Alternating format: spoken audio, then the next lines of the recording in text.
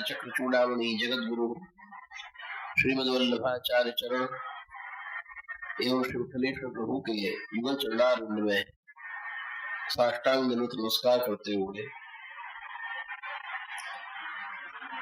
परम वंदनीय आदरणीय दादाजी श्री भूषण लाल जी महाराज श्री एवं श्री चरण कमल के चरण कमलों में साष्टांग दंडवत नमस्कार करते हुए परम वंदनीय आदरणीय श्री श्यामोका जी के युगल चरणारविंद में साष्टांग दंडवत नमस्कार करते हुए भाग्यवान सभी काठी के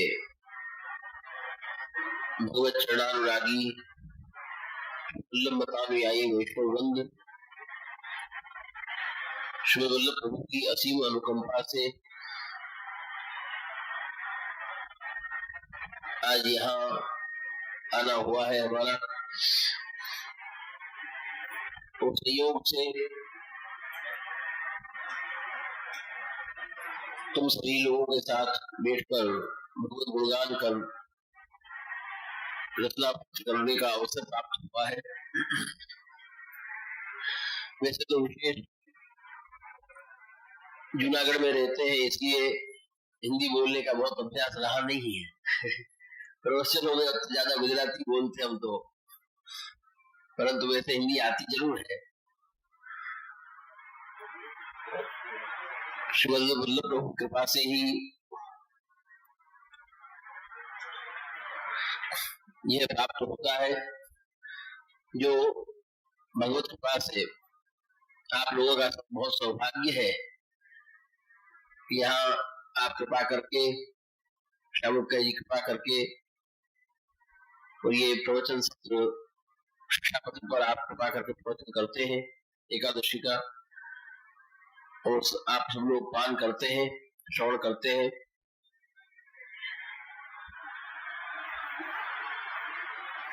काका जी के सामने बोलना सूर्य को दीपक दिखाना है, दिखाने जैसा है, परंतु आपकी आज्ञा है और रचना पवित्र हो रही है हमारी, यही मानकर हम दो शब्द कहेंगे। शिक्षा पत्र शहजाय चरण की कृपा से संप्रदाय में हमको प्राप्त हुआ है, और जहां तक कुछ रंचक यदि किंचित समझ में कुछ आया हो, शिक्षा पत्र तो अगाध है, परंतु क्या अपन समझ सकते हैं इसमें। लेकिन अगर कुछ समझ में आया है तो ऐसा प्रतीत होता है कि जैसे एक बालक हो, ऐसा भी कह सकते हैं कि नवजात शिशु हो। उस नवजात शिशु को उसकी उस अवस्था से लेकर और पूर्ण स्थिति में उसको पहुंचाने के लिए एक पिता जिस तरीके से माता और पिता जिस तरीके से और उनका जो योगदान होता है और जो उसमें उस तरह से उसका जो बालक का सिंचन होता है वो संस्कृत होता है, ठीक उसी तरह से अपन समझ सकते हैं। वो तो एक लौकिक है, वो एक उदाहरण दृष्टांत है, परंतु इसमें कई जगहों पर ऐसा प्रतीत होता है कि आप कृपा करके अंगुली पकड़ के बच्चे को कैसे चलना है, वो भी जो सिखाना पड़ता है बच्चे को कि कैसे चलते हैं। वो लड़खड़ा रहा होता है, पर उसको सिखाने का भी उत्तरदायित्व उन पे होता है, पिता पे। उसी तरह से आप कृपा करके श्री वल्लभ स्वरूप से, क्योंकि आप सत्व गुण से विराजमान श्री वल्लभ साक्षात स्वयं वल्लभ है,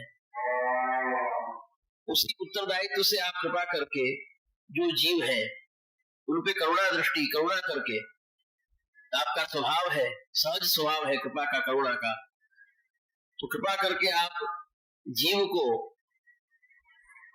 जीव की तरफ दृष्टि करके, जीव की ओर दृष्टि करके, यदि इसको ये नहीं समझाया गया तो जीव को प्राप्ति नहीं होगी, जीव प्राप्ति से वंचित रह जाएगा। जो महाप्रभु जी को अपेक्षित है, आपकी जो अपेक्षा है जीव को प्राप्त कराने की, उससे वो वंचित रह जाएगा। तो उस हिसाब से शिक्षा पत्र में, इसीलिए उसका नाम, मुझे विशेष तो ज्ञान नहीं है, पर ऐसा लगता है शिक्षा पत्र आपने विशेष इसीलिए रखा है कि पुष्टि मार्ग में आए हुए जीव को, कैसा भी जीव हो, हर किसी व्यक्ति के लिए शिक्षा पत्र इतना ही आवश्यक है, क्योंकि हर अवस्था में ऐसा नहीं है कि प्रारंभिक अवस्था में ही ये काम आता है, ऐसा भी नहीं। परम फल की प्राप्ति के लिए भी, प्रवेश के लिए भी और परम फल की प्राप्ति के लिए भी शिक्षा पत्र उपयोगी है। अगर शिक्षा पत्र का वांछन है, शिक्षा पत्र भगवत कृपा से अगर कुछ उसमें से अगर कुछ प्राप्त हुआ है, तो भगवत कृपा से बहुत उसका मार्ग सहज हो जाता है, ऐसा लगता है। आपकी कृपा है शहराय चरण की कि पुत्र के समान जीव को समझ के और आप कृपा करके उसको दान करते हैं। जिसे विषय चल रहा है एकादशवें शिक्षा पत्र का, 11वें शिक्षा पत्र का, उसमें जैसे अभी बात की उपक्रम के अंदर, तो दैन्य की बात करी, गुणगान, दुख भावन, त्याग और दैन्य। उसके अंत में दैन्य की बात है। दैन्य जो है वो खुद ही बहुत बड़ा पदार्थ है, ऐसा प्रतीत होता है। आप आज्ञा करते हैं कि दैन्यम तत्तोष साधनम, कृपा के लिए अगर कोई साधन है, कृपा प्राप्त करने का यदि कोई साधन हो तो वह दैन्य ही है। यदि दैन्य नहीं है तो सब बेकार है, सब कुछ बेकार है। परंतु आज की स्थिति अगर अपन देखें, आत्मावलोकन करें, यदि अपन खुद अपना कांच में मुंह देखे जिसको कहते हैं, तो स्थिति एकदम कई जगहों पर विपरीत दिखती है कि दैन्य किसको हो सकता है, दैन्य कब आता है, दैन्य कैसी स्थिति में आएगा, जीव को कब आएगा, ऐसा समझ में आता है। मैं कुछ ज्यादा समझता नहीं, लेकिन दैन्य जब आएगा जब जीव का अहंकार जाएगा। अहंकार नष्ट हो जाना वो अत्यंत आवश्यक है। जो शरण से आप कृपा करके जो जीव को आपने शरण लिया है, शरण से ही अहंकार नष्ट हो जाना चाहिए। प्रथम तो वो प्रथम ही जिसको कहते हैं कि पहला पगथिया है, या पहला प्रवेश से ही पहली इस अवस्था ही यह है कि जो शरण होना, शरण की स्थिति होना, शरण स्थिति होनी जरूरी है। तो शरण स्थिति जब ही होगी कि जब अहंकार नष्ट हो जाएगा। यदि अहंकार कोई भी एक कोने में भी अगर बैठा है, चुपके भी यदि कहीं बैठा है, तब तक शरण सिद्ध नहीं होगी, और शरण सिद्ध नहीं होगी तो दैन्य नहीं आ सकता।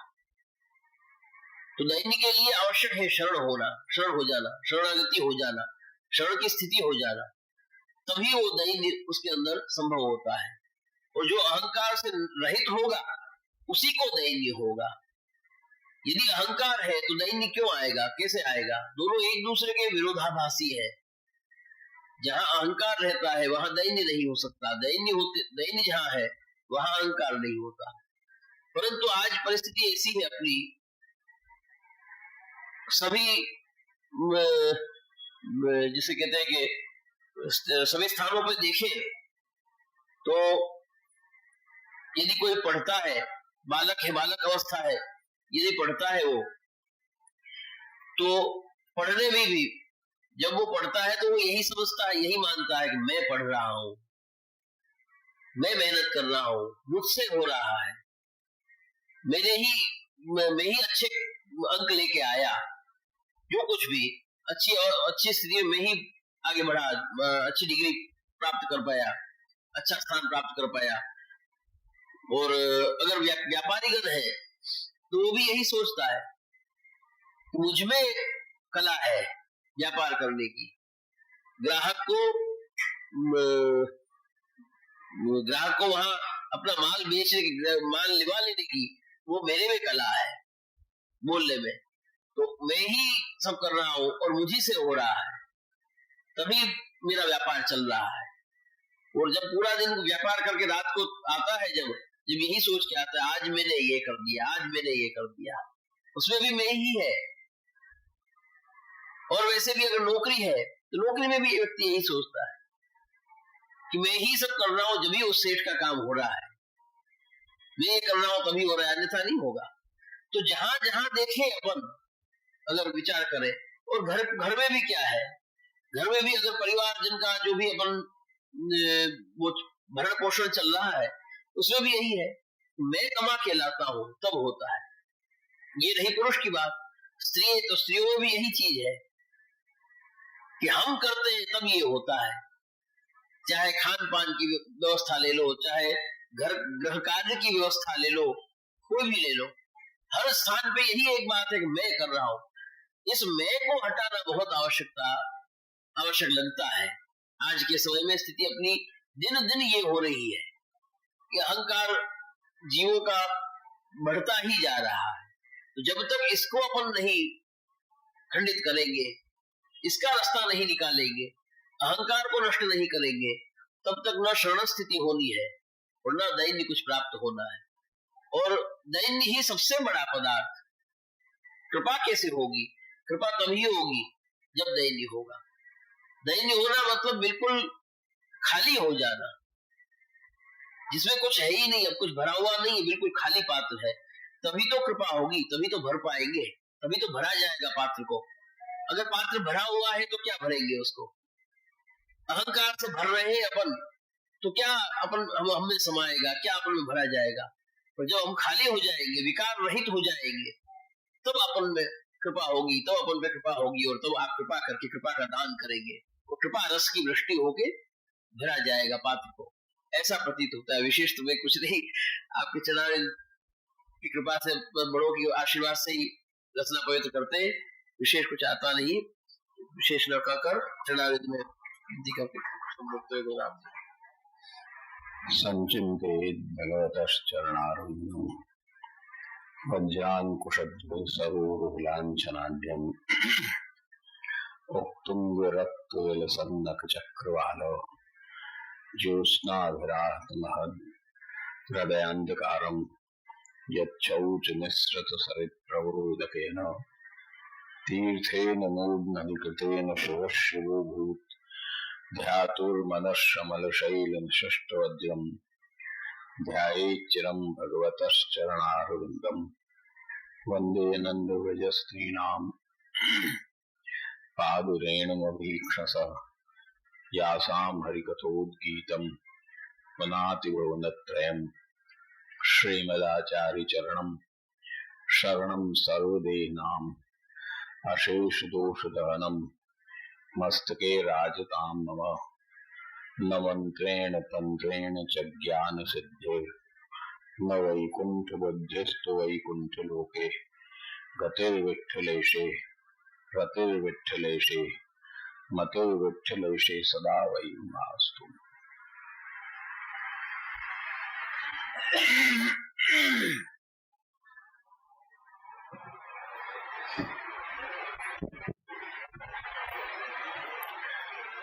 सर्वप्रथम थोड़ा बढ़ाओ तो सर्वप्रथम श्री वल्लभ प्रभु के चरणों में वंदन करते हुए चिरंजीव आदरणीय शरद बाबा साहब, उपस्थित समग्र परम भाग्यवान वैष्णव जन, आज जैसा कि भैया ने बताया, एकादश शिक्षा पत्र जो अपना चल रहा था, पिछली एकादशी चूंकि के दान एकादशी थी, इसलिए अपन को प्रासंगिक भी कुछ गुणगान करना था, इसलिए केवल 2 श्लोक ही हो पाए और फिर बाकी प्रासंगिक विषय पर भी कुछ चर्चा हुई। ये शिक्षा पत्र छोटा ही है, बड़ा नहीं है, केवल इसके अंदर 6 श्लोक हैं, 2 अपने हो चुके हैं। आज 4 श्लोक करके इसको समापन करेंगे। जैसा कि चिरंजीव शरद बाबा ने बताया, बहुत सही बताया। हर्राय चरण कृपा करके उंगली पकड़ के बालक जीव को सिखाते ही हैं, परंतु अपन सीखने को तैयार नहीं होते हैं। समस्या ही हमारे सामने आ जाती है, परंतु उनकी कृपा है, दीनता सागर है, शिक्षा सागर है श्री हर्राय चरण। वो अपनी कृपा चालू रखते हैं। हम जितना भी ग्रहण कर पावे या न कर पावे वो अलग विषय है। इस शिक्षा पत्र में जैसा कि हमने प्रारंभ में कहा था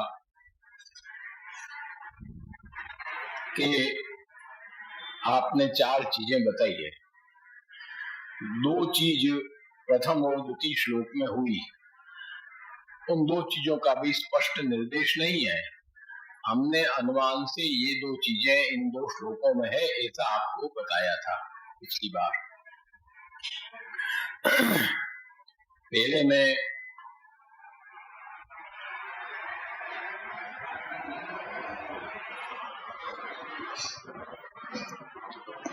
में त्याग है, दूसरे में दैन्य है। अब तीसरा जो श्लोक है, उस तीसरे श्लोक में गुणगान और दुख भावन दोनों इसमें आ जाएगा। श्री कृष्ण सर्वदा स्मर्य सर्वलीला समन्वित भक्तैक हृदय स्थायी सकल पुरुषोत्तम। सीधा सीधा अर्थ इसका करें तो श्री कृष्ण, भगवान श्री कृष्ण कैसे हैं कि सर्व लीला समन्वित हैं, संपूर्ण लीलाओं से आप युक्त हैं, लीला विहारी हैं, और भक्तैक हृदय स्थायी, भक्तों के एकमात्र भक्तों के हृदय में ही स्थायी निवास करने वाले हैं, और कला संपूर्ण कलाओं के साथ हैं। कोई कुछ कलाएं प्रकट होगी ऐसा नहीं है, संपूर्ण कलाओं के साथ आपका प्रागट्य है। और पुरुषोत्तम, ये अक्षर ब्रह्म नहीं है। यस्माक्षरमती तो हम अक्षरादपि चोत्तम अतोस्मि लोके वेदे च प्रथित पुरुषोत्तम। तो श्रीमद् भगवद गीता में कहा है कि लोक वेद प्रसिद्ध हो, लोक वेदातीत। तो ये पूर्ण पुरुषोत्तम स्वरूप भगवान श्री कृष्ण है, उनका यहाँ तात्पर्य चल रहा है।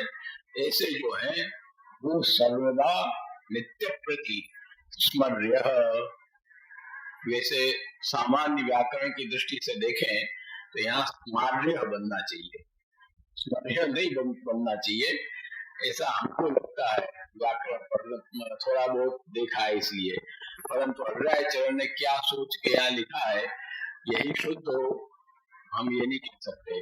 कोई न कोई विशेष प्रक्रिया के अंतर्गत ये शुद्ध होगा, परंतु सामान्यतः कार्य होगा, कार्य नहीं होगा।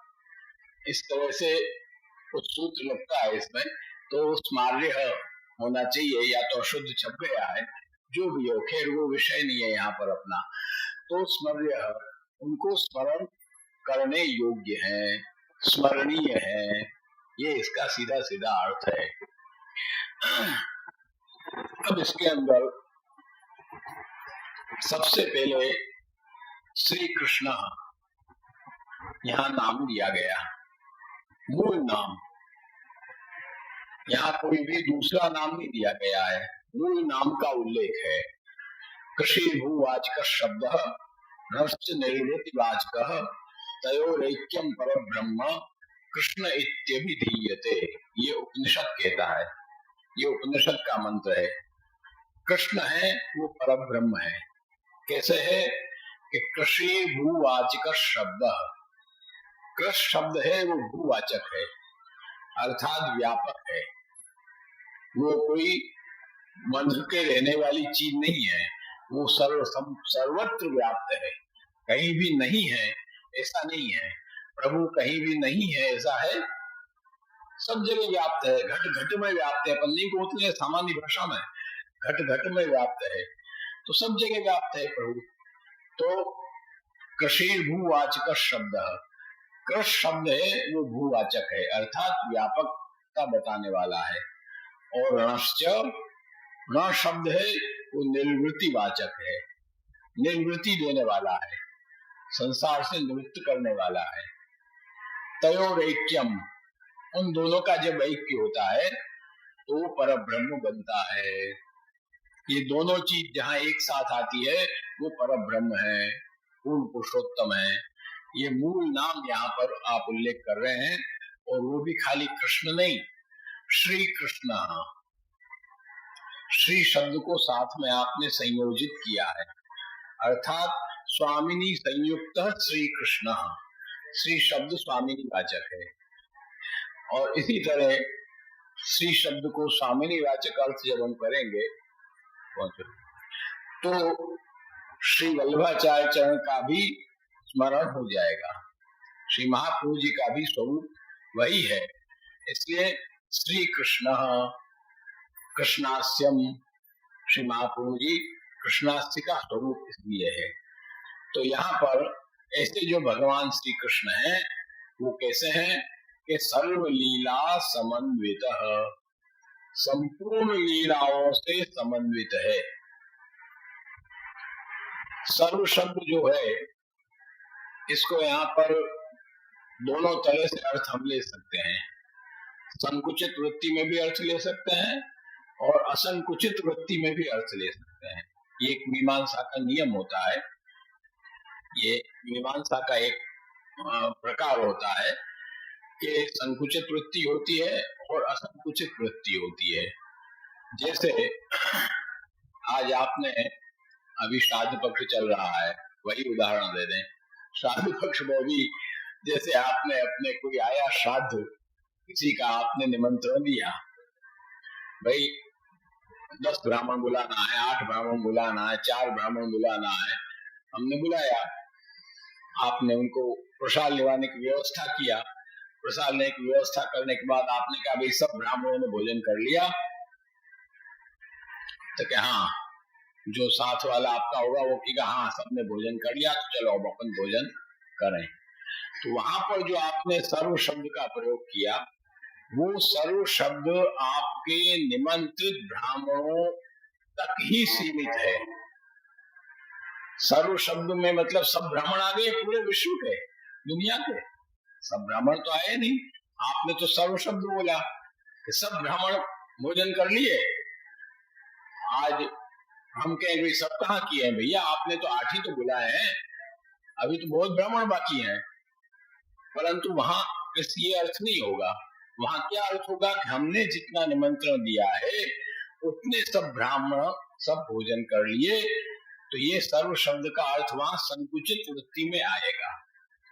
इसको शास्त्र में कहते हैं संकुचित वृत्ति, और असंकुचित वृत्ति उसको कहते हैं कि सब, उसमें फिर कोई बंधन नहीं है, सब कुछ आ गया, सब ब्राह्मण हो गए।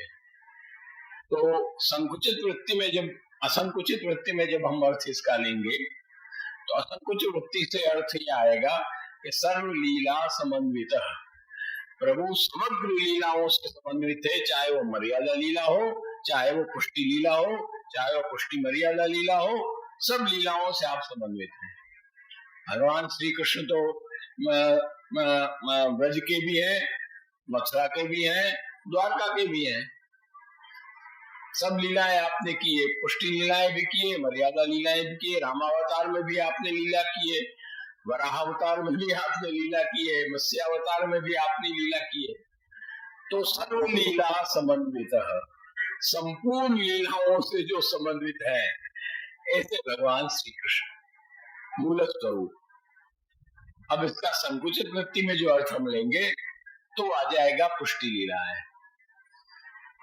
सर्व लीला समन्वित है, अर्थात पुष्टि लीलाओं से समन्वित जो भगवान पूर्ण पुरुषोत्तम पर ब्रह्म है, अथवा श्रीमद् भागवतोक्त लीलाओं से समन्वित केवल, क्योंकि आगे भागवत का संबंध बताएंगे आप 5वें श्लोक में। तो केवल भागवतोक्त जितनी लीलाएं हैं उन लीलाओं से समन्वित, उससे भी यदि संकुचित वृत्ति लेकर हम चलेंगे तो आएगा केवल सारस्वत कल्पी लीलाओं से समन्वित और नहीं। तो ये सब संकुचित वृत्ति और असंकुचित वृत्ति सबसे इसका अर्थ तात्पर्य लिया जाएगा, क्योंकि श्री कृष्ण शब्द आगे आया है। भगवान श्री कृष्ण तो सर्वत्र हैं, मूल नाम का उल्लेख कर दिया है आपने हृदय चरण ने, इसलिए वहां कोई प्रश्न ही नहीं है। वहां तो रामावतार हुआ, रामावतार में भी आपने जितनी लीलाएं की वो भी इसी माध्यम से घूम फिर के है तो कृष्ण लीला ही, वो भी अपने पूर्णावतार नहीं थे, परंतु 14 कलाओं के अवतार तो थे। तो भगवान राम है वो भी, और उसी समय तो आपने वरदान दिया था कि कालम तावत प्रतीक्षिताम, सारोसत कल्प में हम तुम्हारा मनोरथ पूर्ण करेंगे। तो सब लीलाएं, सब अवतार की लीलाएं भी इसमें आ गई और पुष्टि लीलाएं भी आ गई, केवल संकुचित वृत्ति में करोगे तो। और उससे भी जो अपन एकदम रसात्मक भावात्मक अर्थ में अपन जाएंगे, खाली उसका संकेत दे देते हैं। तो सर्वदा सर्वभावेन भजनीयो विजाधिपः, यहाँ पर जो सर्वभावेन शब्द का प्रयोग हुआ है, तो यहाँ पर केवल गोपी भाव ही लक्षित है। गूढ़ स्त्री भाव से जो प्रभु ने लीलाएं की है, उन्हीं लीलाओं से यहाँ तात्पर्य है। सर्व शब्दस्य तत्रैव शक्ते, ऐसा ब्रजनाथ जी आज्ञा करते हैं टीका में, चतुश्लोकी की टीका में, क्योंकि सर्व शब्द की संपूर्ण शक्ति वहीं पर जाकर स्थिर होती है। सर्व शब्द वहां के सिवाय, ब्रजभक्तों के भाव के सिवाय कहीं भी पूर्ण नहीं हो सकता। एक ब्रजभक्त ही है जो संपूर्ण भाव से प्रभु को सेवन करती है, चाहे ठाकुर जी बाल्य स्वभाव में बाल्यावस्था में विराजे, किशोरावस्था में विराजे, अथवा बड़ी अवस्था में विराजे। एक ब्रजभक्ति ऐसी है जो संपूर्ण भाव से प्रभु को सेवन करती है। श्री यशोदा जी बालकपन में सेवन करती रही, ब्रजभक्ति भी बालकपन में भी सेवन करती रही, और सेवन बालकपन में भी सेवन करने के साथ साथ वो कौमार अवस्था का भी आनंद लेती रही और सुख लेती रही। ऐसी वार्ता साहित्य जब पढ़ोगे तो तुमको प्राप्त हो जाएगा कि एकांत में ले जाके ठाकुर जी को खिलाती रही, ये वार्ताओं में तो आपको प्राप्त हो जाएगा। तो ये सब जो विलक्षण अर्थ हैं, रसात्मक गंभीर अर्थ है, उनका भावन अपन को करना चाहिए, विशेष चर्चा का विषय नहीं है। इसलिए सर्व लीला समन्वित, संपूर्ण लीलाओं से समन्वित ऐसे जो प्रभु हैं, उन प्रभु से भगवान श्री कृष्ण। उसके बाद आया कि सकल, संपूर्ण कलाओं के साथ, कोई एक कला नहीं है। अपने यहाँ जो आता है वे गोपी बिच बिच माधो, तो यहाँ भी जितनी षोडश ब्रजभक्त हैं, षोडश ब्रजभक्त हैं, वो भी प्रभु की षोडश कला स्वरूप है, वो भी षोडश कलाएं हैं। इसलिए वहां प्रभु का यहाँ जो प्रागट्य हुआ है अपने यहाँ, तो वो प्रागट्य संपूर्ण प्रागट्य है। कृष्णस्तु भगवान स्वयं, पहले कहियो एते चांस कला पुरुष, कृष्णस्तु भगवान स्वयं एते चांस कला। जितने दूसरे अवतार हैं वो तो अंश और कला के अवतार हैं, परंतु प्रभु तो कृष्णस्तु, तू शब्द उन सबका व्यावर्तन करता है। तू शब्द संस्कृत में पिछली बात का व्यावर्तक होता है। अपन जैसा कहते हैं भाई ये तो मैंने नहीं किया, उसने किया होगा, तो तुमने व्यावर्तन कर दिया ना उस कार्य के लिए कि हमने नहीं किया है, किसी ने किया होगा। तो इसी तरह से आप कृष्णस्तु भगवान स्वयं, कृष्ण तो स्वयं भगवान है, अंश कला नहीं है। संपूर्ण स्वरूप से आपका यहाँ पर अवतरण है सारस्वत कल्प में। तो ऐसे सकल संपूर्ण कलाओं से संयुक्त और पुरुषोत्तम, अक्षर ब्रह्म नहीं, पूर्ण पुरुषोत्तम, अक्षर ब्रह्म से ऊपर, यस्माक्षरमती तो हम अक्षरादपि चोत्तम अतोस्मि लोके वेदे च प्रथितः पुरुषोत्तम। यहाँ पर पूर्ण पुरुषोत्तम स्वरूप का यहाँ उल्लेख है। और भक्तैक हृदय स्थायी, भक्तों के हृदय में स्थायी रूप से निवास करने वाले, भक्त के सिवा दूसरे के हृदय में आपका निवास नहीं है, भक्त के हृदय में ही आपका निवास है। विषयाक्रांत देहानाम नावेश सर्वथा हरे अतोत्र साधने भक्तौ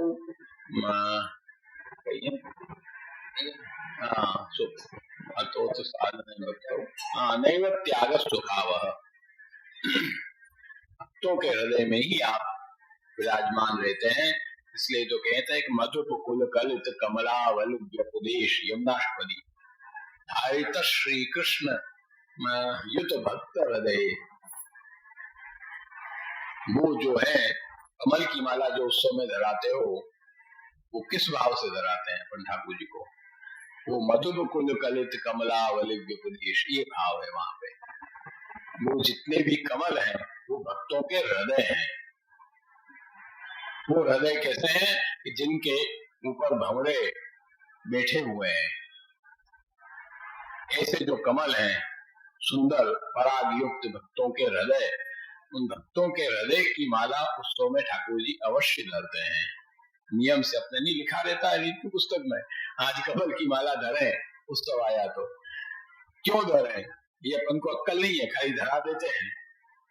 और कमल की माला नीडर ये यार धराना चाहिए, क्यों नहीं धराया, लिखा हुआ है, और ये अक्कल नहीं है कि क्यों धराना चाहिए।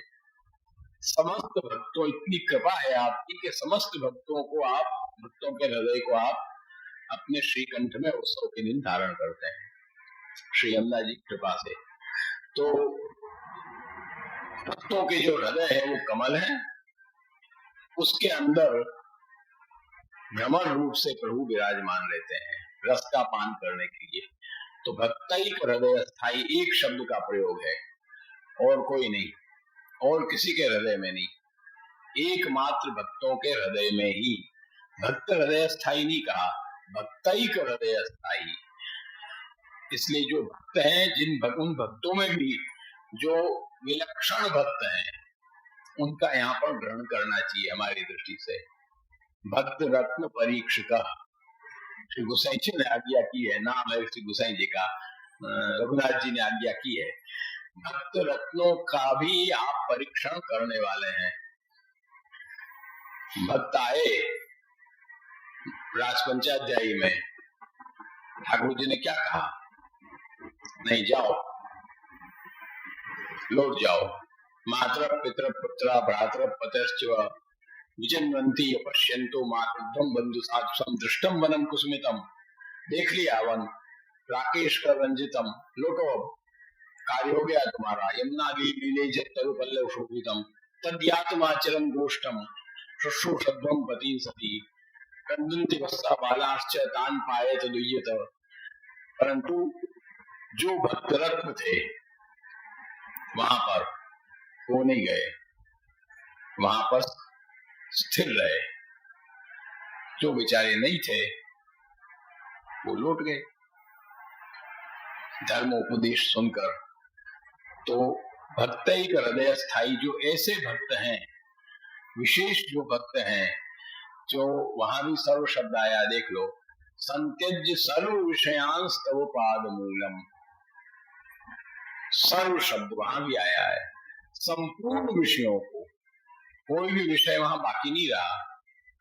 सब विषयों को छोड़कर चरणारविंद में जो प्राप्त हो गए, ऐसे भक्तों के हृदय में आप स्थिर विराजने वाले हैं। भक्त ही हृदय स्थायी, ऐसे जो पूर्ण पुरुषोत्तम पर ब्रह्म है, वो सर्वदा नित्य प्रति अनवच्छिन्न रूप से, अनवरत रूप से, कोई भी समय की मर्यादा को न रखते हुए स्मर्य, उनका स्मरण करने योग्य है, स्मरणीय है। चाहे तुम कुछ भी करो, कोई भी कार्य करते रहो, स्मरण हमको वही बना रहना चाहिए और कुछ नहीं। काम करता हुए वक्त क्या थी, सब कुछ कार्य करते हुए भी क्या वो लौकिक संन्यास ले लिया था उन्होंने? संन्यास लेकर नहीं बैठ गई थी, सब कुछ घर का कार्य करती थी बेचारी, बच्चों को भी संभालती थी, सब कुछ करती थी, दही दूध बेचने भी जाती थी, रसोई भी बनाती थी, सब करती थी, परंतु तन मनस का मन कहाँ लगा रहता था? प्रभु में। तदा लापा, पंचायत नहीं करती थी। अपने बनारस में जो पंचायत होती है बैठ के, पंचायत नहीं करती थी। तदा लापा, भगवत कार्य का ही आलाप, भगवत चर्चा ही होती थी। तद विचेष्टा, आजकल की तरह डिस्को डांस नहीं करती थी। तद विचेष्टा, आजकल तो टीवी में देख देख के डिस्को डांस होता है। तद विचेष्टा, वही चेष्टाएं, कार्य करने के साथ साथ वही चेष्टाओं का स्मरण बना रहता था प्रभु की। आज वो गागर उठा रही है तो वही चेष्टा का स्मरण रहेगा कि मदघट पर ठाकुर जी ने कैसे हमारी गागर उठवाया, वही स्मरण उसको रहेगा। तद विचेष्टा, आज रसोई बना रही है तो उसको तद विचेष्टा, वही भाव मन में अंदर जागृत होगा कि ठाकुर जी कैसे पधारे, कैसे छिपके पधारे, क्या हुआ, वही प्रभु की चेष्टाओं का ही स्मरण बना रहेगा। और तदात्मिका, प्रभु में जिनकी आत्मा लगी हुई है, काम सब बाहर का कर रही है, काम कुछ नहीं कर रही ऐसा नहीं है, सब कर रही है। जैसे अपन करते ही हैं, कई जगह लौकिक में अपन को जाना है, मन नहीं है, उससे अपना मेल नहीं खाता है, झंझट है, भाई जाना पड़ेगा, नहीं करते हैं अपन, भाई जाओ, तुम्हारा शरीर वहां घूम आएगा, हाँ हाँ करी आओगे, लिफाफा पकड़ाओगे, सब काम कर दोगे, परंतु आत्मा से नहीं, अंदर से नहीं। ब्रजभक्तें सब लौकिक कार्य करती थी पर आत्मा से नहीं। तदात्मिका, उसमें ही आत्माएं सब उनकी लगी हुई थी। ऐसे जो भक्त हैं उनके हृदय में प्रभु नित्य विराजमान होते हैं। ऐसे भक्तों को नित्य भगवत स्मरण करते रहना चाहिए, प्रभु स्मरणीय है। इस तरह से इसमें अंदर आपने गुणगान तथा दुख भावन दोनों आ गया। सेवा अनवसर में आप हो तो दुख भावन करो, सेवा में भी दुख भावन होता है, ये बात ध्यान देना, आगे बताएंगे।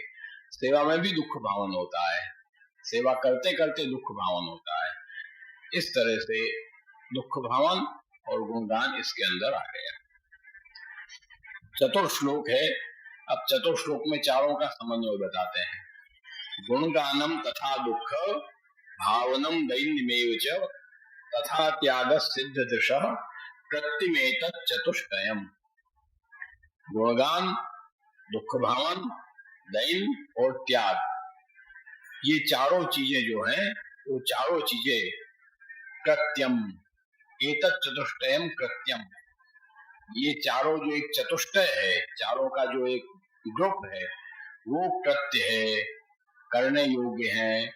इस तरह से कि सिद्ध दृशः, जिनकी दृष्टि सिद्ध हो गई है, सिद्ध दृश है जो, उनके रूप से करने योग्य है। अब सिद्ध दशा का खाली इसमें समझना है। मेन सिद्ध दशा क्या है? गुणगान समझ लिए, दुख भावन भी समझे, दैन्य भी समझे और त्याग भी समझे। सिद्ध दशा क्या है ये अपन को समझना है। सिद्ध दशा का तात्पर्य जो यहाँ बता रहे हैं आप, वो सिद्ध दशा का तात्पर्य है कि जिस प्रकार ब्रज भक्तों की जो सिद्ध भाव है, ब्रज भक्तों का जो सिद्ध भाव है, उस सिद्ध भाव से जैसे ब्रजभक्त भगवत सेवाएं करती है और प्रभु का सेवन करती है या दुख भावन करती है या गुणगान करती है, उसी भगवत ब्रजभक्तों के भाव को ही देखते हुए हमको करना है। उसके लिए 4 चीज कृत्यम एतत् चतुष्टयम कृत्यम, अपने मन से नहीं। आज तुम गुणगान करो तो भी ब्रजभक्तों की परंपरा लेकर ही, तुम त्याग करो तो भी ब्रजभक्तों की परंपरा लेकर ही, तुम दैनी करो तो भी ब्रजभक्तों की परंपरा लेकर ही, और तुम क्या बचा, गुणगान नहीं, गुणगान दुख भावन दैनी और त्याग, जो भी करें सब ब्रजभक्तों की भावना को लेते हुए ही करो, और नहीं कुछ नहीं। अपने मन से कुछ भी नहीं, अपने मन से गुणगान भी नहीं, अपने मन से त्याग भी नहीं, अपने मन से दैन्य भी नहीं, अपने मन से दुख भावन भी नहीं। ये चारों हमको सिद्ध दर्शा, जो ब्रजभक्तों की सिद्ध भावनाएं हैं उसके अनुसार ही हमको करना है। इसलिए तो अपने यहाँ कहते हैं कि श्री महाप्रभु जी की आज्ञा के हिसाब से सेवा करना। ये अपने यहाँ क्यों कहते हैं? सेवा करते हैं गुरु आज्ञा बाधनम्बा हरिच्छया। इसका गलत अर्थ भी बहुत लेते हैं आजकल वैष्णव। बाधनम्बा हरिच्छया, सेवा है वो तो गुरु की आज्ञा से ही होगी, उसके बिना नहीं होगी। और गुरु कौन है यहाँ पर? कौंडिन्यो गोपिका प्रोक्ता गुरुवः। अपने पुष्टिपाठ में गुरु कौन है? गोपिका, गोपिका गुरु प्रोक्ता। श्री महाप्रभु जी, श्री गोसाई जी प्रमुख। गोपिकाएं स्वामिनियां कौन है? श्री महाप्रभु जी और श्री गोसाई जी, श्री स्वामी जी और चंद्रावली जी। उन्हीं के तो सब अंश हैं। जितनी ब्रजभक्त हैं उन्हीं में से तो सब निस्सरित हैं, कोई नई तो आई नहीं है। तो उन्हीं की भावना से श्री महाप्रभु जी ने जो भावना निर्धारित किया है, उसी भावना से हमको सेवा करना है। भाई हम तो चाय पियेंगे, ठाकुर जी को भी चाय भोग धरेंगे, होता है? क्यों नहीं होता है? भाई भोग धरो, पर नहीं, क्योंकि अपने मार्ग की ये प्रणाली का दी है। श्री महाप्रभु गोसाई जी नहीं धरा। तो ऐसे कई सेवा में कई बातें छोटी मोटी आती है कि मन से हम आजकल करने लग गए हैं। हम अपने मन से उसमें सुधार करने लग जाते हैं कि अरे तो ठाकुर जी को परिश्रम होगा। एक बार एक जगह गुजरात का ही प्रसंग है, बहुत पहले की बात है, दादाजी विराजते थे तब की बात है। ज्येष्ठ का महीना, जल विहार का मनोरथ था। सब वैष्णवों के ठाकुर जी पधरा के जल विहार का प्रोग्राम था एक गांव में। वहां दया जी ने हमको भेजा, जाओ तुम सब ठाकुर जी को पधराओ, बाद में तय खबर करो हम घुमा रहे हैं। तो हम गए, हम वहां जल में खड़े हो गए नाव के पास, और सब वैष्णव झांपी जिला के वहां चौकी रख दिया, उस पर पधराते थे। हम ठाकुर जी को लेके नाव में पधरा रहे थे। क्रम चलता था, कई बार वैष्णव के ठाकुर जी प्रभु पधारे थे। उसमें बीच में झांपियां आ रही थी, बीच में एक बास्केट आया। बीच में एक बास्केट नहीं आता है जाली वाला, तो बास्केट आया वहां। मैंने कहा अरे ये क्या है, ये यहाँ क्यों रखते हो? यहाँ झांपी जी रहती? नहीं, ये झांपी जी है। तो अरे इसमें कोई जहाँ ठाकुर जी पधराया जाता है? जे गर्मी बहुत है ने એટલે ठाकुर जी ने गर्मी लागे झांपी जी में। मेरे को बिल्कुल सही कहा बेटा तेने। श्री महाप्रभु जी ने तीनों पृथ्वी परिक्रमा में श्री मुकुंद राय जी को परिश्रम ही दिया है। उस समय तू पैदा नहीं हुआ, नहीं तो तू बताता जागे कि परिश्रम हो रहा, आप बास्केट में भरा के घूमो। उस समय दुर्भाग्य से तू पैदा नहीं हुआ था। तो ये जो स्थिति बनती है अपने मन से, झांपी जी में ठाकुर जी को परिश्रम होता है, किसने कहा? तेने अपने मन से ही तो सोचा। झांपी जी का स्वरूप नहीं समझा, झांपी जी का भाव नहीं समझा, झांपी जी क्या है वो नहीं समझे, और कह दिया परिश्रम होता है। पागलों की तरह सामान्य भौतिक दृष्टि से देखकर, वो भौतिक दृष्टि वो सिद्ध दशा नहीं है। वैष्णव है, भक्त है, सेवा कर रहा है, पर सिद्ध दृश नहीं है, क्योंकि ब्रजभक्तों की भावना के अनुरूप वो नहीं चल रहा है, वो अपनी टांग अड़ा रहा है, अपनी भावना के अनुरूप चल रहा है। बाकी महाराज जी में नहीं, बीच में आया था, मोबाइल धरा दिया, मोबाइल धरायो, हाँ मोबाइल धराया था, ठीक भाई, अब मोबाइल आ गया तो मोबाइल धर सकते हैं माता बिहारी जी। ये स्थिति आजकल, तो कहने का तात्पर्य ऐसे कई दृष्टांत हमने जीवन में अनुभव किए हैं। तो अपने मन से नहीं, जो श्री महाप्रभु गोसाई जी मेड़ बांधा है, चाहे कितनी भी गर्मी हो, ठाकुर जी चादर ओढ़कर ही पूरेंगे। ऐसी भयंकर गर्मी होती है कि चादर भी आदमी फेंक दे, अपन चादर भी नहीं ओढ़ सकते, ऐसी भयंकर गर्मी भी हो जाए तब भी ठाकुर जी को हम चादर मस्तक तक, हाँ मस्तक ओढ़ाते हैं, नहीं ओढ़ाते हैं, अपन माथे में ओढ़ ही नहीं सकते कोई। तो यदि हम उस दृष्टि से विचार करो तो कैसे होगा, परंतु वो नहीं हो सकता। क्यों? जो परंपरा है, जो ब्रजभक्तों की भावना है, श्री महाप्रभु जी गोसाई जी की आज्ञा है, उसी तरह से सेवा होगी। वहां मन से नहीं चलेगा पंचायत। वैसा जो आदमी होगा वो, उसके लिए चारों कृत्य नहीं है, गुणगान, दैर्घ्य, दुख भवन और त्याग उसके लिए नहीं है।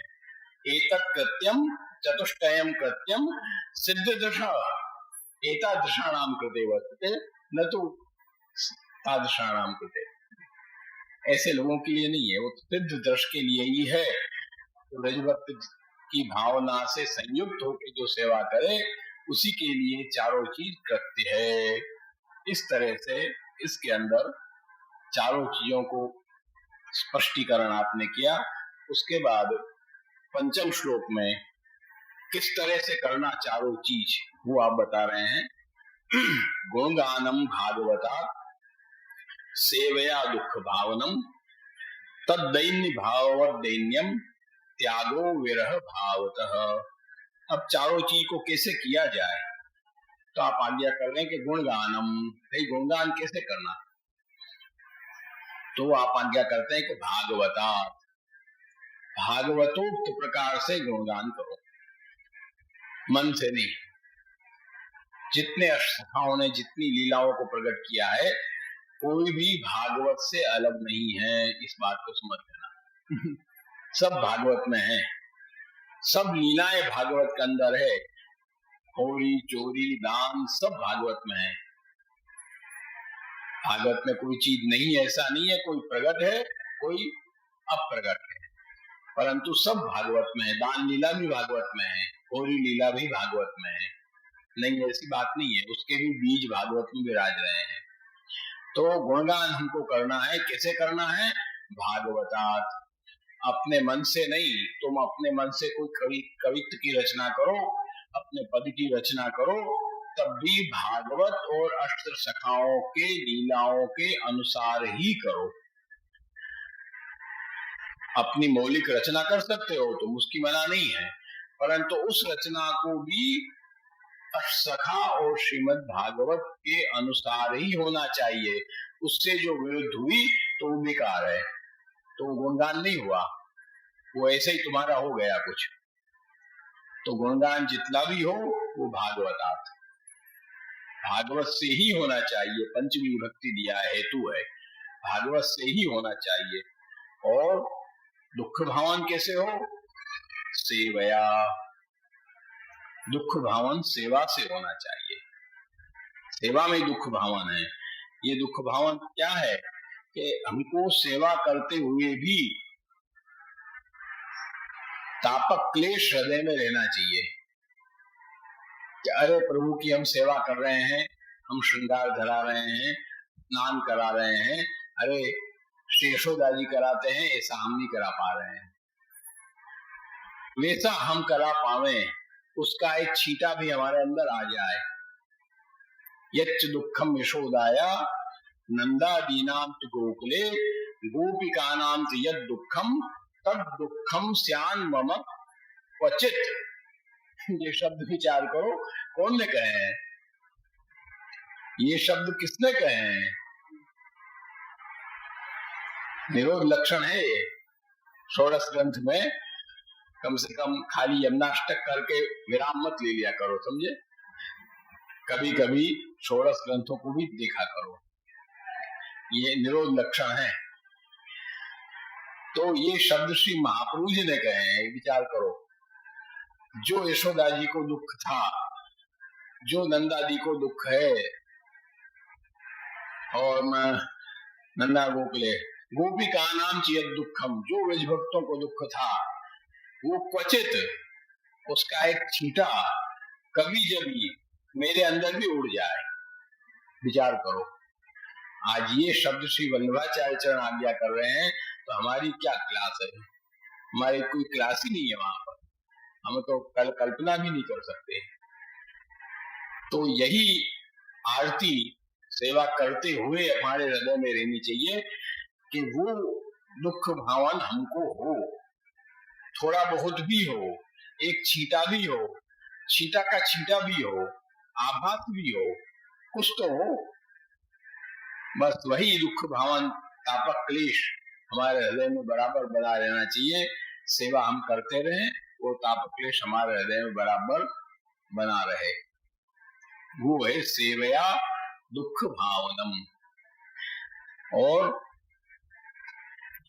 तद्दैन्य भाववद दैन्यम, तद्दैन्य भाववद, ब्रजभक्तों का जो दैन्य है, उनका जो भाव है दैन्य भाव, उसके समान ही हमारा भी दैन्य भाव हो, और दूसरे के समान नहीं। ब्रजभक्तों की जो स्थिति हुई वहां पर जो दैन्य हुआ अंतर्धान होने के बाद, वो दैन्य हमको भी, हम भी उसी दैन्य का भावन करें, उसी के अनुरूप हम भावन करें, वो दैन्य भाव हमारे अंदर प्राप्त हो किसी तरह से। और त्यागो विरह भावतः, त्याग हमारे अंदर जो हो वो विरह भाव से हमारे अंदर त्याग हो, है ना। विरहानुभवी का अर्थ परित्याग प्रशस्यते, संन्यास निर्णय। संन्यास निर्णय क्या है अपने यहाँ, विप्रयोग का ही तो स्वरूप है अपने यहाँ का संन्यास। अपने यहाँ का वो संन्यास नहीं है, अपने यहाँ तो विप्रयोग है, वही संन्यास है, त्याग वही है। विरहानुभवी का अर्थ केवल विरह, एकमात्र विरह का अनुभव करने के लिए ही परित्याग प्रशस्त है, नहीं तो परित्याग प्रशस्त नहीं है। त्याग का विधान श्री महाप्रभु जी ने नहीं किया, अपने यहाँ संन्यास का विधान नहीं है, परंतु विरहानुभवी का अर्थ परित्याग प्रशस्त है। विरह का अनुभव करने के लिए हमको त्याग करना है।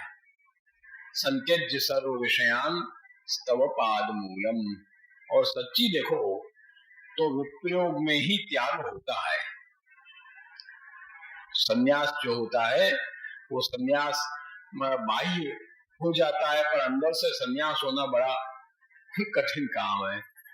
भयम प्रमत्तस्य वनेष्वपि स्यात् यतस्य आस्ते सहसा सपत्नः जितेन्द्रियस्यात्मरतेर्बुधस्य ग्रहाश्रम किम्नु करोति वद्यम। पंचम स्कंद श्रीमद् भागवत जो प्रसंग आता है प्रियव्रत का, सब छोड़ के जब जाने लग गया तो क्या तू मत जा, प्रियव्रत रही ना, हाँ प्रियव्रत मत जा, नहीं हम तो ये सब त्याग करेंगे, हम नहीं रहेंगे, कि नहीं क्योंकि तुझे भय नहीं है। तुम तब्ज नाभांगी सरोज कोश दुर्गाश्रित, तुझे डर नहीं है, तू तो अब्जनाभ भगवान, अब्जनाभ माने भगवान, अब्जनाभ जो भगवान है उनके चरण रूपी जो दुर्ग है उसके अंदर बैठा हुआ है। किले के अंदर जब हम बैठ जाएंगे तो शत्रु आ पाएगा अंदर? नहीं आ पाएगा। तो वो भगवान का जो चरण कमल रूपी जो किला है, उस किला के अंदर तू बैठा है, तू क्यों डर रहा है? निर्जित सपत्ना, कहे तो अंदर के 6 शत्रुओं को जीत लिया है, बाहर के शत्रु तो कोई भी जीत लेगा, योद्धा भी जीत लेगा, परंतु अंदर के शत्रु को जीतना बड़ा कठिन है। वन में जाकर भी बैठ जाओ, भयम प्रमत्तस्य वनेषु विस्याद्, वन में भी जो प्रमत्त आदमी जाके बैठ जाएगा तो वहां भी 6 शत्रु तो साथ में ही है उसके, काम क्रोध लोभ मोह मद मत्सर, तो वहां भी तैयार है उसके पास। यतस्ते सहसर सपटना, तो कोई मतलब ही नहीं है। वहां बैठ के भी तुम वही धंधा करोगे, संन्यास लेकर भी तो क्या मतलब है। हमारे साथ एक सन्यासी पढ़ते थे अहमदाबाद में, पढ़ने के समय का टाइम मौका याद आया प्रसंग, सन्यासी पढ़ते थे, अब छुट्टी पड़ती 1-2 दिन तो कि चलो यार आज पिक्चर देखने चले। हमसे कहता था वो, अरे वहां हेमा मालिनी है उसमें, वो पिक्चर देखे। मैं, तुझे हेमा मालिनी से क्या ले देना है भाई, तू सन्यासी है, हम तो चले जाए तो ठीक है, चलो हम तो गृहस्थी हैं, तू क्यों हेमा मालिनी के पीछे पड़ा है। अरे ये आता है सन्यास तो ठीक है, चलो आनंद से देखेंगे। ठीक भाई, कपड़ा बदल के पिक्चर देखने आ जाना था पट्टा साथ में, तो ये सन्यास क्या काम का है भाई। ऐसा सन्यास मतलब क्या है, सन्यास लेके भी तुम बेकार आदमी हो गए। और सन्यास न लेकर भी यदि जनक राजा थे, क्या थे, सन्यास्त थे, सन्यास्त नहीं थे। जनक राजा सन्यास्त न होते भी, राजपाट करते हुए भी, राज्य में रहते हुए भी सन्यास्त थे, कोई वो नहीं था, कोई भी चीज में लगाव नहीं था, सब करते हुए भी निर्लेप। आया ने एक प्रसंग दाऊ जी महाराज का प्रसंग है, एक दाऊ जी महाराज तिलका श्री का, तो वहां एक बार एक सन्यासी आया, क्या हैं आप लोग, क्या हो आप लोग, तो मखमल के गद्दों पे सोते हो, सब आनंद से खूब खाते हो पीते हो मजा करते हो, आप लोग क्या है, कुछ नहीं, आपके इसमें न त्याग है न कोई बात है न कुछ है। ऐसा नहीं है स्वामी जी, समझाया क्या, प्रभु काय कमाने, वो तो अन्न बंद। तो दाऊ जी महाराज का ऐसा है, स्वामी जी आप एक दिन हमारे साथ रहिए, तब आपको मालूम पड़ जाएगा कि क्या है। हम रहने को तैयार हैं। एक अब रात, शाम के रात हुई, रात को दाऊ जी महाराज का तो गद्दा लग गया, गाड़ी मखमल की बड़ा गद्दी वद्दी लग के, चादर वादर वजह ठंड के दिन, कल कराती ठंड, सब गद्दी वद्दी लग गई और अंगीठियां लग रही है आराम से। घोड़े कहते हैं आपकी भी लगवा दें यहाँ गद्दी पास में, तो नहीं, हम इस गद्दी फद्दी पे नहीं सोते हैं, हमारे तो चौकी लगाओ, उस पर कंबल डालो, हम कंबल पर सोएंगे, हम आपके जैसे नहीं भूखी नहीं है। ठीक है भाई, आप कंबल पे सो, उनके लिए जो व्यवस्था करनी थी कर दिया, वो अपना कंबल लपचा के, कंबल ओढ़ के वहां पास में सो गए। अब सुबह श्री जी बाबा में तो बेग का क्रम, धनुर्मास बेग का क्रम चलता है। हाँ, तो 2 बजे शंखनाद, 2 बजे का हेला, 1:30 बजे का हेला, सब हेले रहते हैं ठंड में। और वहाँ जो बेग, द्वादशी बेगा धनुर्मास का क्रम, अब तो इतना जल्दी नहीं होता, वहाँ तो लेट होने लग गया। तो जो बेग का क्रम था और जो खबर आई, हेला पड़ा, और दाऊ जी महाराज रजे बजे सब फेंक के फट उठ के आप फटाफट सभा में बजा रहे स्वामी जी को, स्वामी जी उठिए, आइए चलिए। नहीं अभी बहुत ठंडा है करके कमल ओढ़ के घुट मुट के पड़ा रहा। जब सब हो गया, देर से उठा, दाऊ जी महाराज का देखा आपने, हमारा त्याग ये है और आपका त्याग ये है। कपड़े पहन के आप, कपड़े छोड़ के, घर छोड़ के आप त्याग कर लेते हो, पर आपसे एक कंबल भी नहीं छोड़ा गया, आपसे एक कंबल भी नहीं छोड़ा गया।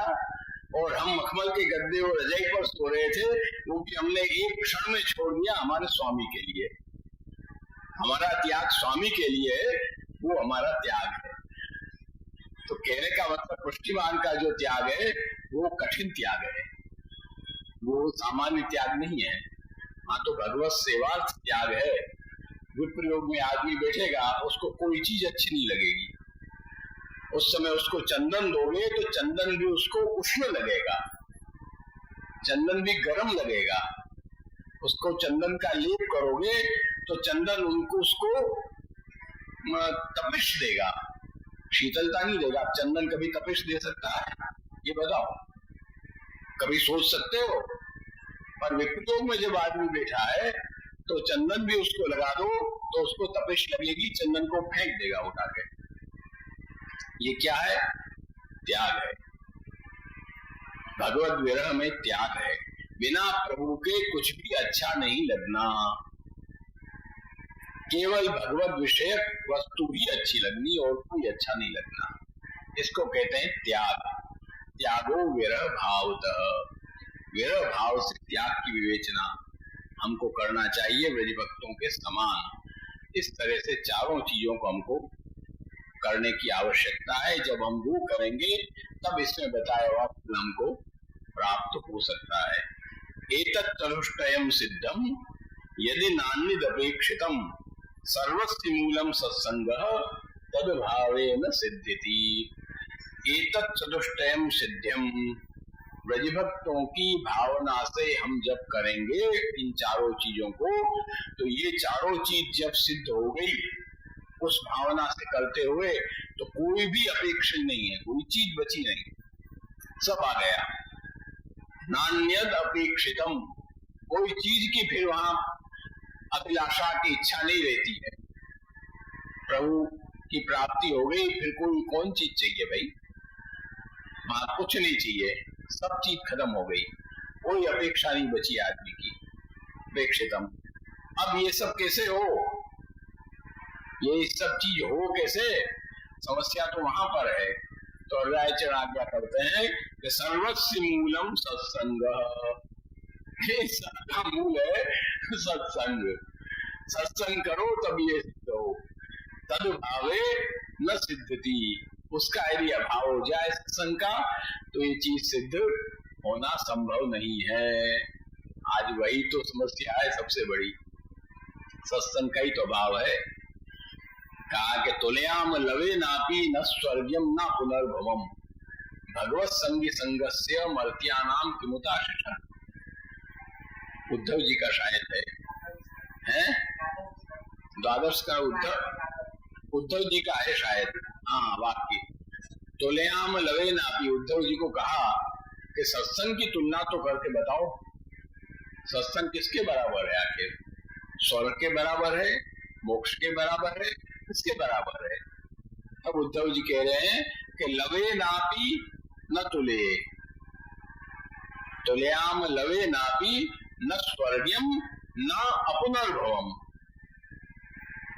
एक लव मात्र भी तुलना स्वर्ग से या अपुनर्भव अर्थात मोक्ष से मैं सत्संग की नहीं कर सकता हूं। लवे नापी न तुले, एक लव तुला समानता भी मैं नहीं कर सकता हूं मोक्ष से भी और स्वर्ग से भी। भगवत संगी संगस्य मर्त्यानाम किमुताशिष। ऐसे भगवत संगी संगों की जो सत्संग है उसकी तुलना न मोक्ष से है न स्वर्ग से है। एक लव भी नहीं है, वो सत्संग है। सत्संग ये नहीं देते या तो खाना खगा मृगा, सब सत्संग से प्राप्त हुए। सत्संग के बिना कुछ नहीं है। सत्संग ही एकमात्र साधन है जिससे हमको भगवत चरणारविंद की प्राप्ति हो, ये सब चीज की प्राप्ति हो। इसलिए हृदय चरण बराबर सत्संग पर आप जोर देते हैं इतना शिक्षा पत्र में, और इसीलिए अपने यहाँ सत्संग का भी विधान है। और श्री महाप्रभु गोसाई जी भी प्रारंभ से ही आपने परंपरा डाली कि भोजन कर विश्राम छिनक ले निज मंडली बुलाई वेणु गीत पुनि युगल गीत की रस बरखा बरखाई प्रगट हुए मार्ग रीत दिखाई। ये सत्संगी तो है और क्या है? तो श्री महाप्रभु गोसाई जो करते थे वो क्या है? सत्संगी तो करते थे। भोजन कर क्षणिक विश्राम ले के निज मंडली बुला के आप सत्संग करते थे। उनको सत्संग करने का प्रश्न था, आप भी सत्संग नहीं छोड़ते थे, नियमित सत्संग करते थे। निज मंडली बुलाई, नित्य प्रति नियम, जैसे तुम रोज भोजन करते हो, जैसे तुम अपना नित्य कर्म करते हो, इसी तरह सत्संग भी नित्य कर्म है। प्राचीन अपने बनारस में घर घर सत्संग की परंपरा रही। घर घर रही, ऐसा सब प्राचीन लोग कहते रहे। अब वो धीमे धीमे परंपरा हरिशरण हो गई। परंपरा को हरिशरण ही कहना पड़ेगा। अब हरिशरण हो गई वो परंपरा, और अब नई परंपरा पैदा होगी तुम्हारी, वो टक वाली। अब वो परंपरा नई पैदा हो गई। अब वो बैठो रात को सोते समय भगवान नाम लेना चाहिए, उसके बदले वो हो गया। दिन भर वही चलता रहता है, दिन भर वही मोबाइल सत्संग। अब मोबाइल में भी सत्संग चालू हो गया।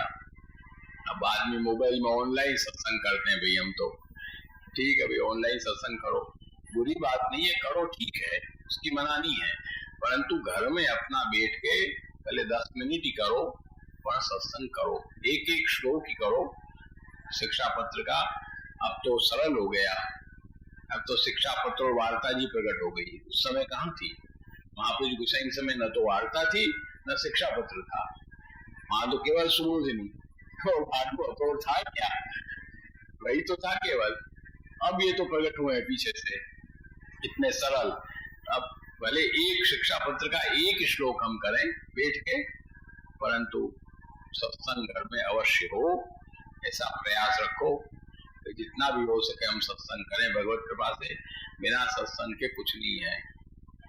बिनु सत्संग विवेक न होई, तुलसीदास जी भी यही कहते हैं बेचारे। बिनु सत्संग आजकल विवेक की कमी क्यों हो गई? आदमी के अंदर विवेक शून्य होता चला जा रहा है, धैर्य शून्य होता चला जा रहा है। बिनु सत्संग विवेक न होई, राम कृपा बिनु सुलभन सोई। सत्संग मर्यादा में भी है, पुष्टि में भी है। सत्संग तो मेन मूल जड़ है, तो इसलिए उस बात पर हम विशेष बल दें। एकादशी सत्संग कम से कम घर में रोज न करो तो एकादशी के दिन तो आओ, बैठो सामने, कम से कम जो कान में पड़े, ग्रहण हो या न हो, कम से कम तुम्हारे कान में से होकर गुजरेगा तो सही। हम तो इसी दृष्टि से करते हैं, देखो कि भले सब एक रचना से भगवत नाम का उच्चारण तो हो, हमारे अंदर जितना भी उतरे, लेकिन कम से कम इतनी देर तक उच्चारण तो हमारा भगवत नाम गुणगान होता रहे। इसी भाव से हम सत्संग करते हैं। हम सुनाने के लिए सत्संग नहीं करते हैं, आप सबको समझे। तो श्री पुरुषोत्तम राय जी कोटा वालों का स्मरण होता है हमको इस बात में। आप आज्ञा करते थे, हम एक बार कोटा थे, गोसाई जी को सब मामा जी की तबीयत खराब हुई, तब आपने कहा हमको आप आइए सभा में, प्रचार सभा में, पहले की शुरुआत की सभा में हम गए। वहां तो वहां कोई था नहीं हॉल में एक आध मूर्ति बैठी थी और पुरुषोत्तम जी विराज रहे थे। हम बाहर से ही देख के वापस लौट गए। कौन जाए में, कोई है तो नहीं वहां, बेकार में जाके माथा मारना। हम लौट के अपने घर आ गए वापस मुकाम पे। दूसरे दिन उन्होंने फिर कहवाया वहां, बाबा क्यों नहीं आए? तो हम दूसरे दिन फिर गए, जाना पड़ा हमको, कोई नहीं था तो भी गए। जाकर बैठे वहां, बैठे तो कहा कि कल आप आए नहीं। मैंने कहा नहीं, मेरे को नहीं, काका जी हम आए तो सही, तो क्यों नहीं आए यहाँ? हम आए तो सही पर कोई हद तो नहीं एक आध मूल की बेटी है जिसमें पाछो चले गए हो, क्या कोई खास है तो नहीं यहाँ?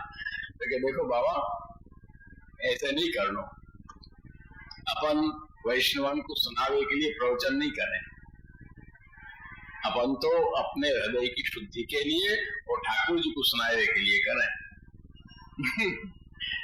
अपन को तो ये कर लो, वैष्णव आके बैठ के सुन ले, भले सुन लो, न सुने तो न सुनो, अपन को तो कर लो। वो हमको उस समय चोट लगी जो हृदय में वो आज तक जमी हुई है। तो मालूम है वल्लभ भैया तो बहन ही बेचारे अब चले गए। सत्संग जब चालू हुआ तब कोठी में वहां करते थे। पुरुषोत्तम भैया रहे थोड़े, वो भी कुछ समय बाद रहे, शुरुआत में वो भी नहीं थे, वल्लभ भैया ही थे बेचारे, और गोली बाबू हमारे बेचारे बैठते थे। सत्संग को नहीं आता था, 2 मुड़की आगे आकर बैठती थी और वहां होता था। तब भी हम करते थे। गोपाल कई बार कहता, करे आप क्या बेकार करते हो, कोई आता तो है नहीं सुनने, तो भले ना आवे, अपन को अपना करना। तो करते थे हम, उसी भाव से हम करते थे। एक श्री मुकुंद राय जी टूटी फूटी वाणी सुन रहे हैं हमारी, बस उनके चरणारविंद में पहुंच रही है। आज तक ठाकुर जी के पास अब इतने लोग आकर बैठने लग गए। पहले कौन बैठता था, पहले भैया चले गए बदली होके, तब पुरुषोत्तम भैया था कुछ दिन तक संचालन वगैरह, तब भी कौन आते थे, गिने चुने 2, 4, 5, 10 लोग आते थे। परंतु एकादशी कम से कम आकर बैठो और श्रवण करो आनंद से, और नाम जो भी कुछ हो सके, लौकिक कार्यों को छोड़ के, लौकिक कार्य तो देखो लगे ही हैं और वो तो लगे ही रहेंगे। वो तो आज काम, काल काम, परसों काम करना। सूरदास जी कहो ना, कहीं कहो आगे पची मरना, काम में ही पची मरना। उस बनिया की वार्ता, दर्शन बनिया चल बनिया दर्शन को चलूंगो, आज चलूंगो, कल चलूंगो, मंगला में चलूंगो, शैल में चलूंगो, करते करते आखिर उसको बताया सूरदास जी ने, कहा बूढ़ो बेल नाचो है। सूरदास जी तुमने, गुसाई जी ने, गुसाई जी कहा कि बूढ़ो बेल नाचो है तुमने, बूढ़ो बेल की तरह अपन सब बूढ़े बेल हैं। तो इसी में बच्चे मरते हैं। काम, आज काम, काम तो छोड़ना ही पड़ता है, छोड़ के ही हमको आना पड़ता है दृढ़ता से। तो आनंद से हम यथाशक्ति करें। इतना ही कहते हुए आज अपना एकादश भगवत कृपा से यहाँ पूर्ण हुआ।